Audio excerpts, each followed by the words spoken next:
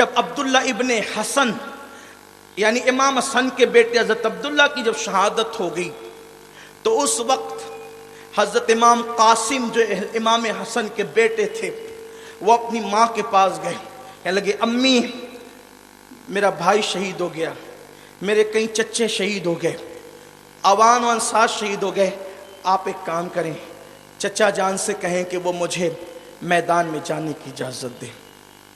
حضرت امام حسن کی بیوی اور امام قاسم کی امی حضرت امام حسین کی بارگاہ میں آئی، کہنے لگی کہ آپ سے میری گزارش ہے کہ میرے بیٹے قاسم کو آپ میدان میں جانے دیں۔ امام نے سر جھکا کر کے خاموشی اختیار فرمائی۔ تھوڑی دیر وہ کھڑی رہیں اور چلی گئیں، اس لیے کہ ان کا خیمہ الگ تھا، خواتین کے خیمے الگ الگ تھے، امام حسین کا خیمہ الگ تھا۔ اس طرح سے ابھی بھی اس کی جو ہے وہ حیات کسی نہ کسی اعتبار سے میدان کربلا میں موجود ہے۔ امام جب خاموش ہو گئے تو وہ چلی گئی۔ امام قاسم نے پوچھا کیا ہوا امی؟ کہا وہ تو کوئی جواب ہی نہیں دیتے۔ وہ آئے، آنے کے بعد جو ہے امام قاسم نے سرکار امام حسین سے کہا چچا مجھے میدان میں جانے دیں۔ فرمایا نہیں، تم نے نہیں جانا ہے، تمہارا بھائی چھوٹا ہے، چھوٹے کا مستقبل کس نے دیکھا؟ حسن مسنہ چھوٹا ہے، اس کا مستقبل کس نے دیکھا؟ میرے بھائی کی نشانی ہو، اگر تم کٹ گئے تو میرے بھیا کی نسل کس سے چلے گی؟ تم نے نہیں جانا۔ حضرت امام قاسم سیدہ زینب کے پاس جا کے کہتے ہیں پھوپھی آج قاسم یتیم ہو گیا۔ حضرت زینب سے امام قاسم نے کہا پھوپھی آج آپ کا قاسم یتیم ہو گیا۔ پھوپھی نے سر پہ ہاتھ پھیرا، کہا میرے لال دل کو چھلنی نہ کر، آج ایسی بات کیوں کہتا ہے؟ کہا پھوپھی جس دن سے میرے ابا کی شہادت ہوئی تھی اس دن سے لے کے آج تک میرے چچا نے مجھے احساس نہیں ہونے دیا تھا کہ قاسم یتیم ہے۔ جملے مکمل ہونے سے پہلے مراد پوری کر دیتے تھے۔ کبھی میں نے اپنے چچا سے نہ نہیں سنا تھا، پھوپھی آج میں نے اپنے چچا سے نہ سنا ہے۔ مجھے آج احساس ہوا میرا بھی باپ زندہ ہوتا تو وہ مجھے میدان میں جا کر شہید ہونے کی اجازت دے دیتا۔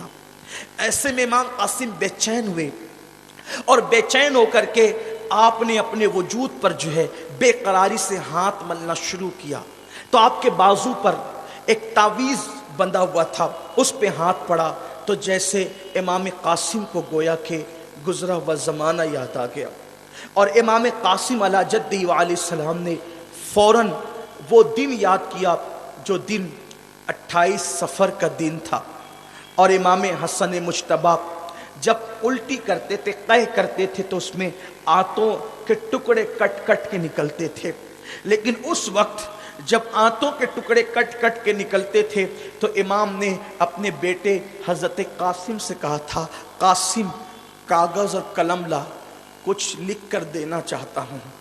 اس مصیبت میں بھی جب ٹکڑے آنتوں کے کٹ کٹ کے نکل رہے تھے تو آپ نے کاغذ اور قلم منگا کر کچھ لکھا، کہا بیٹا جب تجھ پہ بہت بڑی مصیبت آئے اس وقت یہ میری تحریر کھول کے پڑھنا، اس کو اپنے بازو پہ باندھ لیا تھا۔ شہادت حسن کے بعد سے لے کر میدان کربلا میں پہنچنے تک چچا نے کبھی مصیبت دیکھنے ہی نہیں دی، امام حسین نے کبھی انہیں غم دیکھنے ہی نہیں دیا، اپنی اولاد سے زیادہ چاہا، اپنی اولاد سے زیادہ انہیں خوشیاں عطا کی، لیکن آج جب نہیں کہا نا تو کہا کہ آج مصیبت آ گئی، اور وہ کھولا تو اس میں لکھا ہوا تھا، مضمون یہ تھا میرے بیٹے میرے دل کے چین میری آنکھوں کی ٹھنڈک، مجھے یقین ہے کہ تو آج میدان کربلا میں ہے اور میرے بھائی حسین کا کوئی ساتھ دینے والا نہیں ہے، میرا حکم ہے کہ میرے بھائی پر اپنی جان قربان کر دے اور شہید ہو جا۔ امام قاسم یہ تحریر لے کر اپنی پھوپھی سے کہتے پھوپھی دیکھو اب مجھے کون روک سکتا ہے؟ المختصر یہ وہ تحریر امام حسین کو دکھائی گئی، امام تحریر دیکھ کر بہت روئے، امام تحریر دیکھ کر کہا کہ اب میں اپنے بھائی کی روح کو ناراض نہیں کر سکتا، جاؤ۔ جب قاسم کو میدان میں بھیجا جا رہا تھا ابن جریر طبری کے بیان کے مطابق، اس کو اپنے الفاظ کے جامع میں عرض کر رہا ہوں، بیان کے مطابق جب ان کے سر پہ امامہ باندھا گیا، قاسم کے سر پہ امامہ باندھا گیا، ان کی امی باندھ رہی تھی امامہ، امام قاسم کے سر پہ جو امامہ باندھا جا رہا تھا اس میں بھی پیون لگے ہوئے، پیون والا امامہ ایک ماں اپنے بیٹے کو باندھ رہی تھی، اور جو جوتے اس وقت امام قاسم نے پہنے تھے، ابن جریر لکھتے ہیں حمید ابن مسلم کی روایت بیان کرتے ہوئے کہ وہ اس طرف لشکر میں تھا اور دیکھ رہا تھا کہ امام قاسم کے امامے پر پیون، کپڑوں پر پیون، اور الٹے پیر میں جو جوتا تھا اس کا تسمہ بھی ٹوٹا ہوا تھا. لیکن ابن مسلم کہتا ہے کہ اس کا چہرہ اتنا چمک رہا تھا کہ ایسا لگتا تھا کہ جیسے اس کی چمک کی وجہ سے کربلا کے ذرے جگمگانے لگے. اتنا خوبصورت تھا وہ جوان جسے قاسم کہتے ہیں. اور پھر امام علی مقام نے امام قاسم کو گھوڑے پہ سوار کر کے میدان کی طرف روانہ کیا. امام قاسم جب میدان میں آئے تو آنے کے بعد ان کو دیکھ کر کسی میں ہمت نہیں تھی کہ آ کر کے ان کا مقابلہ کرتے. آپ نے اعلان کیا میں حسن کا بیٹا ہوں اور علی کا پوتا ہوں. جب گھوڑا آگے بڑھ رہا تھا تو ان کی امی نے کہا تھا قاسم دنیا تیرے باپ کو بزدلی کا تانا نہ دے، دنیا یہ نہ کہے کہ حسن کو جنگ کرنے نہیں آتی تھی، جا کر کے اس داغ کو دھول دے کہ تو کسی بہادر باپ کا بیٹا ہے. امام قاسم چلے اور چلنے کے بعد جب گئے تو سامنے کسی میں ہمت نہیں تھی. یہ کوئی مبالغہ نہیں ہے، ابن جریر کو اٹھا کر دیکھے.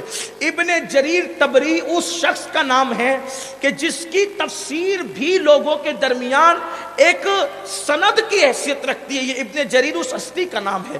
ابن جریر طبری کہتے ہیں کہ کسی میں ہمت نہیں تھی مقابلہ کرنے کی، اور وہ کہہ رہے تھے میں علی کا پوتا حسن کا بیٹا ہوں، آؤ کون مجھ سے مقابلہ کرنا چاہتا ہے. کوئی نہیں آیا. تو حضرت امام قاسم رضی اللہ تعالی نے کہا ابن سعد تو آ نکل کر، اگر تیرے اندر ہمت ہے تو تو مجھ سے مقابلہ کر. 3 دن کی پیاس ہے، چوتھا دن شروع ہو چکا ہے، چوتھا دن بھی چڑھنے لگا ہے. ایسے میں آپ جو ہے مبازرت طلب فرما رہے ہیں. ابن سعد نے دیکھا کہ یہ تو حسن کا بیٹا علی کا پوتا ہے. اس نے ارزق نامی پہلوان کو کہا کہ تو جا، اس لیے کہ تو 10,000 روپے تنخواہ لیتا ہے یزید سے، اس لیے تو نے جانا ہے. اس نے کہا یہ چھوٹے بچے سے میں کیا جنگ کروں گا، یہ مجھ سے کیا جنگ کرے گا. اور اس کے بعد کہا کہ مجھے جانا جو ہے اس کے سامنے میری توہین ہے، اس لیے کہ میں 1,000 لوگوں سے اکیلا لڑ سکتا ہوں، اس بچے کے سامنے مجھے بھیج کے میری توہین نہ کر. اس نے کہا وہ بچہ دکھ رہا ہے تجھے، لیکن وہ علی کا بچہ ہے، تجھے نہیں پتا ہے، وہ علی ابن ابو طالب کا پوتا ہے، تجھے نہیں پتا ہے. اس نے کہا دیکھ میرا ایک ہی بیٹا اس کا کام تمام کرے گا. اس نے ایک بیٹے کو بھیجا. امام نے بلا مبالغہ ایک تلوار میں ایک وار میں اس کے 2 ٹکڑے کیے. اس کے بعد اس نے دوسرے کو بھیجا، دوسرے کے بھی ایک ہی وار میں 2 ٹکڑے کیے. تیسرے اور چوتھے کا انجام بھی یہی کیا. آخر کار وہ مست ہاتھی کی طرح جب امام کی طرف بڑھا تو حضرت امام علی مقام یہ منظر دیکھ رہے تھے کہ میرے قاسم کے سامنے اب ارزق آ رہا ہے، 1,000 سے جو اکیلے لڑ سکتا ہے وہ آ رہا ہے. امام نے سر سجدے میں رکھا، اللہ میرے لال کی لاج رکھنا. ابھی امام یہ دعا ہی کر رہے تھے کہ حضرت امام قاسم نے کہا چچا سجدے سے سر اٹھائیں، اللہ نے آپ کی دعا کو سن لیا ہے. میں نے ارزق کے 2 ٹکڑے کر دیے ہیں، ارزق کے 2 ٹکڑے کر دیے تھے حضرت امام قاسم رضی اللہ تعالی، لیکن کیے بھی کس شان سے تھے کہ جب اس نے تلوار لہرائی اور امام قاسم پہ حملہ کیا تو انہوں نے جو ہے وہ ڈھال پہ روکا. اس سے امام قاسم کے ہاتھ پر زخم آ گیا، لیکن جیسے ہی زخم آیا تو حضرت امام قاسم نے فرمایا اتنا بڑا پہلوان ہے، تجھے جنگ کے اصول یاد نہیں ہے، تجھے تو ذہن کسنا بھی نہیں آتی ہے، جیسے اس نے زین کی طرف دیکھا، امام نے زوردار وار کر کے اس کے 2 ٹکڑے کر دیے۔ اللہ اکبر، یہ منظر ابن سعد نے دیکھا، اس نے کہا اس بچے سے اکیلے لڑو گے تو یہ پورا لشکر صاف کر دے گا، پیاسے ہے تو یہ حال ہے، ایک کام کرو چاروں طرف سے اس کو گھیر لو۔ حضرت امام قاسم کو جب چاروں طرف سے گھیر لیا گیا اور ہر طرف سے تیر برسائے جانے لگے، تاریخی ایک روایت کے مطابق جب امام قاسم کو چاروں طرف سے گھیر کر کے تیر برسائے لگے، نیزے مارنے لگے، امام قاسم جو ہے گھوڑے سے زمین پر تشریف لائے۔ ایک تاریخی روایت یہ بھی ہے کہ جس وقت امام قاسم گھوڑے سے نیچے آئے، آواز دی میرے چچا میری خبر لو۔ امام علی مقام وہاں سے نکل کر جب آپ جو ہے اپنا گھوڑا دوڑانے لگے، اتنے ٹائم میں اتنے وقت میں ان ظالموں نے حضرت امام قاسم کو شہید کر دیا، اور صرف شہید ہی نہیں کیا بلکہ شہید کر کے قاسم کے لاش پر اتنے گھوڑے دوڑائے جیسے کسی چیز کو بار بار مار کر جب مارا جاتا ہے تو وہ چیز کیسے پتلی ہوتی چلی جاتی ہے، پھیلتی چلی جاتی ہے۔